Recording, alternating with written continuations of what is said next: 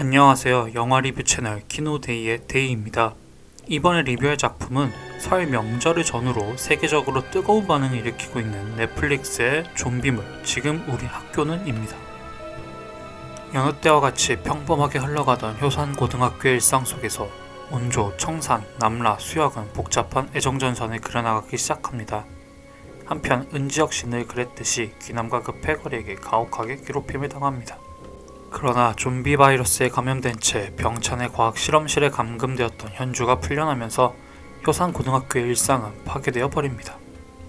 한번 번지기 시작한 좀비 떼는 삽시간에 학교와 효산실을 점령해 나가고 가까스로 좀비들의 공격을 피해 교실로 되돌아온 온조와 청산은 다른 친구들과 함께 좀비들로부터 안전해질 수 있는 방안을 찾습니다.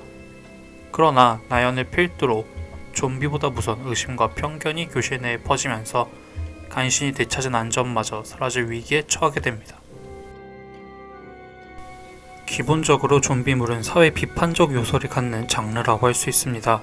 좀비들 사이에서 살아남으려는 인간들의 천태만상을 묘사하며 인간 본성에 대해 고민하고 인간 군상의 원인을 잘못된 사회 시스템에서 찾아 비판하는 것이 좀비물의 본질 중 하나이기 때문이죠. 각각 한국에서 가장 성공한 좀비 영화, 드라마라고 할 수 있는 부산행과 킹덤만 보더라도 좀비의 출현 원인을 사회적 모순으로부터 포착하는 것을 알 수 있습니다. 부산행은 주인공 서구가 다니는 증권회사가 수익에만 집착해 되살린 부실 기업으로부터 좀비 바이러스가 생겨났다라는 진실을 통해서 성장 중심 사회를 비판하고 있습니다.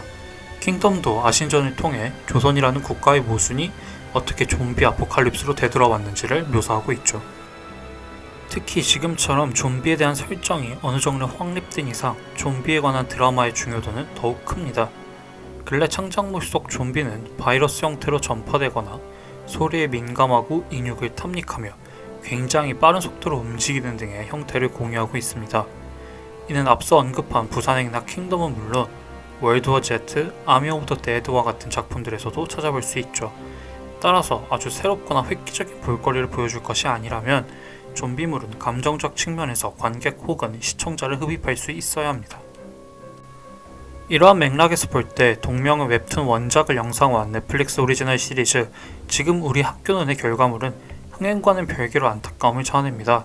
그 잠재력을 온전히 꽃피우지 못한 유망주처럼 보이기 때문이죠. 원작 웹툰을 보지 않은 상태에서 학교라는 장소와 배경, 환경에 좀비물을 접합한 발상과 차관 자체는 흥미롭지만 이를 풀어나가는 방법은 과하고 올드합니다. 지금 우리 학교는에서 학교와 좀비가 겹된 서스펜스는 크게 두 가지 방식으로 조성됩니다. 하나는 학교라는 공간 자체의 구조를 활용하는 것이고 다른 하나는 학교라는 공간 안에서 벌어지는 이야기를 좀비와 인간의 싸움에 대입하는 것입니다. 우선 드라마는 한국의 고등학교에서 접할 수 있는 다양한 일상적 풍경의 모습을 좀비 아포칼립스에서 기대할 수 있는 처절한 싸움의 현장으로 전환시킵니다. 도서관, 과학실, 음악실, 강당 등 학교의 시설을 이용해 펼쳐 보이는 액션씬은 부산행에서 KTX 속 액션씬을 보는 듯한 신선함을 선사합니다. 초반 급식실에서 원테이크로 펼쳐지는 대규모 감염 장면이나 중반 이후 나오는 도서실 액션씬이 대표적입니다. 그럼에도 무엇보다도 눈에 띄는 것은 한국 고등학교의 보편적 구조를 활용한 연출이라 할 수 있습니다. 지금까지도 한국의 많은 학교는 넓은 운동장과 그 주위를 기역자 내지는 디귿자로 감싸는 직사각형 건물들의 조합으로 이루어져 있습니다. 학교 외부와 내부로 이어지는 문은 몇 개 없으며 그 문 외에는 울타리와 담벽이 둘러쳐진 경우가 많죠. 쉽게 말해 한국의 고등학교는 근본적으로 군대나 교도소 건물과 다르지 않습니다. 즉 탈출하기에 가장 어려운 형태를 띠는 건축물 중 하나인 것이죠. 그러다 보니 학교 내에 출현한 좀비는 탈출할 경로가 제한된 학생들과 교직원들을 부지불식간에 습격할 수 있고 이러한 연출은 좀비물로서 상당히 효과적인 결과를 내놓을 수 있는 원동력이 됩니다. 이에 더해 일반적인 학교 내부의 구조가 본질적으로 파놉티콘이라는 사실 역시 엄청난 공포감을 자아내는 데 기여합니다. 파놉티콘은 감시자가 고개만 돌려도 모든 수용자들의 방을 볼 수 있는 구조의 감옥을 말합니다. 따라서 한쪽 벽면에 쏠려있고 복도 쪽에는 커다란 창문이 있는 교실로 가득한 학교는 파놉티콘 마냥 복도에서 학생들을 감시하기에 최적화된 구조의 건물이라 할 수 있습니다. 이는 학교 내부에서 교실에 숨는 데 성공하더라도 언제든 들킬 수 있다는 급박함을 만들어내고 창문과 학교 외벽을 이용하는 등의 다채로운 액션을 가능케 합니다. 또한 파놉티콘 형태의 학교 건물은 드라마의 액션을 단순한 볼거리로만 남겨두지 않습니다. 한국의 교육 시스템을 비판하는 메시지가 액션에 담길 기회를 주기 때문이죠. 파놉티콘 구조는 수용자가 언제 어디서든 감시당할 수 있다는 의식을 갖게 만들고 감시의 시선을 내면화해 스스로를 감시하게 만든다는 특징을 갖습니다. 이는 첫 에피소드에서 학생들이 핸드폰을 제출하지 않는 것이 아니라 핸드폰을 제출하되 그 안에서 꼼수를 부리는 장면, 또 학생들이 구조의 최우선 대상이 되지 못하고 방치된 가운데 학교를 탈출할지 말지 갈피를 잡지 못하는 모습과도 오버랩됩니다. 따라서 드라마의 액션은 몇십 년째 변하지 않는 구시대적이고 근대적인 교육관에 기반하여 학생들의 감시와 통제의 대상으로만 여기는 학교 시스템, 그 자체에 대한 저항이자 사투로도 보입니다. 단지 그 형태가 좀비와의 싸움인 것이죠.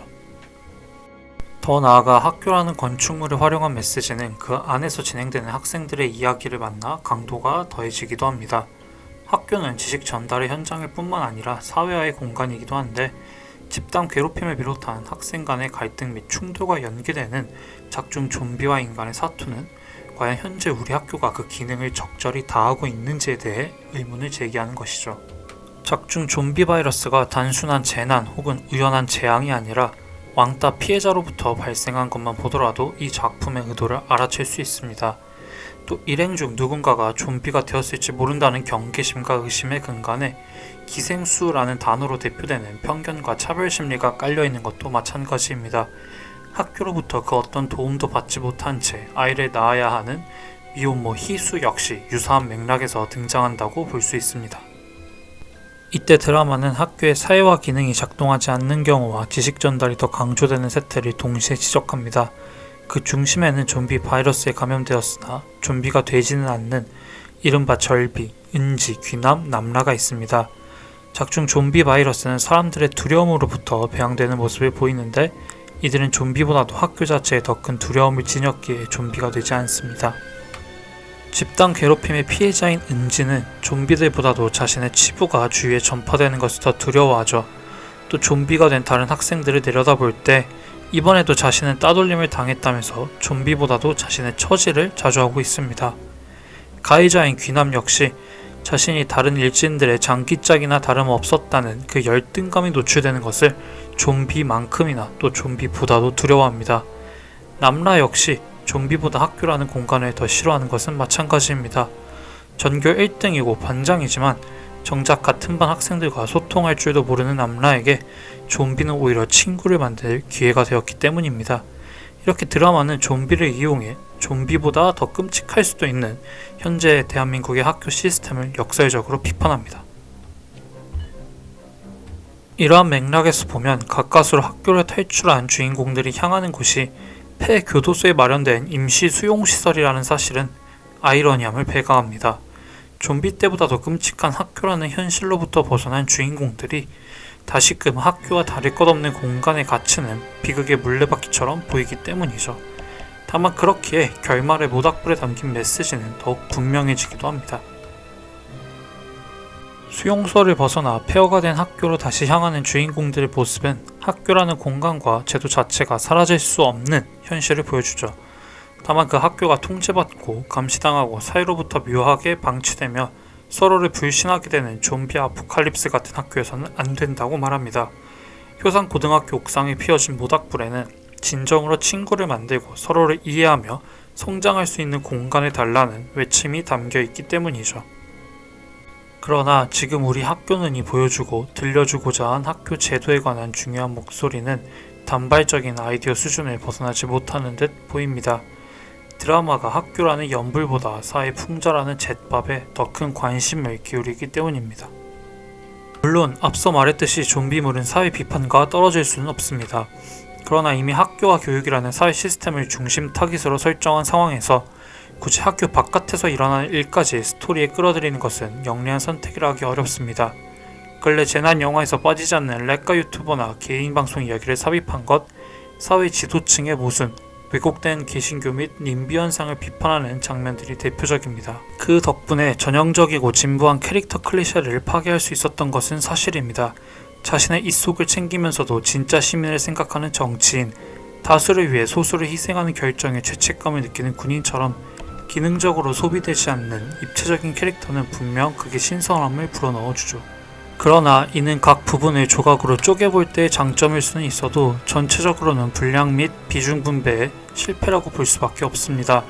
총 12개인 에피소드를 절반 내지는 3분의 2 수준으로 줄일 수 있지 않을까 하고 느껴지기 때문이죠. 그 외에 아무리 고등학교가 배경이라고 해도 로맨스의 비중이 크고 삽입되는 타이밍이 다소 뜬금없게 느껴지는 점, 비록 해외에서는 한국 콘텐츠의 특징이자 신선한 점이라 평가받는 대목이라 해도 거의 매 회차마다 신파적인 요소가 등장하는 것 역시 드라마의 완주를 힘들게 합니다. 지금 우리 학교는 넷플릭스의 2022년 한국 콘텐츠 중 첫 스타트를 끄는 작품이자 부산행과 킹덤에서 촉발된 한국형 좀비물의 새로운 도전이었습니다.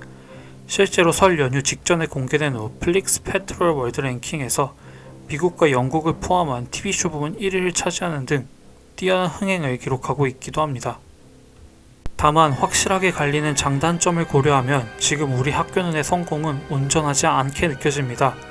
잠재력을 충분히 발현하지 못한 작품의 내용과 결과물의 역할이 그 성공의 비중에 있어서 크다고 보기 어려운 것이죠. 트랜스포머 시리즈의 성공이 비평적인 측면에서는 유의미한 성공과 동일시되지 않은 것과 다르지 않습니다. 이상으로 지금 우리 학교는 리뷰를 모두 마치겠습니다.